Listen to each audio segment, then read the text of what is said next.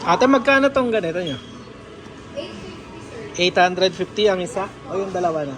Yan na po, set na yan. Ah, set na ito. Okay. May ganito na pala kayo. Meron po kami 1.8, sir. Meron kayong ano dito? Hot Wheels? Hot Wheels? Meron kaya? Hot Wheels? Wala na? Ah, okay. Maliliit yung sir na, nasa box. Oh, yung maliliit po.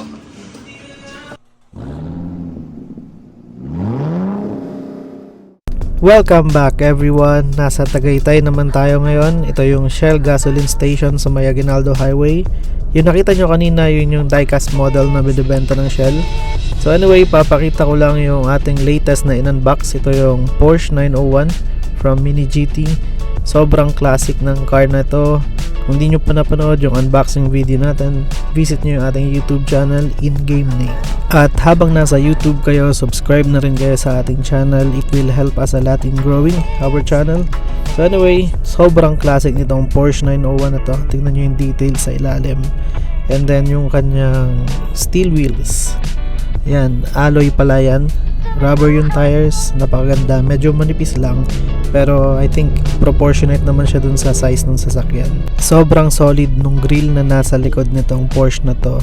Wala lang siyang plate number, and then ayun yung kanyang acrylic taillights. And then yung muffler niya, hindi yan chrome, silver accent lang yan. And yung kanyang windshield, merong wiper, meron siyang door handle, acrylic headlight, and yung Porsche na emblem ay medyo malinaw din. Since hindi pa uso yung tint sa mga classic cars, kita natin yung details sa loob. So ayun yung kanilang driver seat, passenger seat, at saka yung dashboard.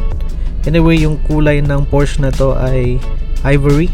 Sobrang ganda niya talaga. And medyo maliit lang siya compared sa ibang 164 model. Pero I think yung model nito sa actual ay maliit lang talaga na sasakyan since classic lang siya. Salamat sa panonood. See you on our next video.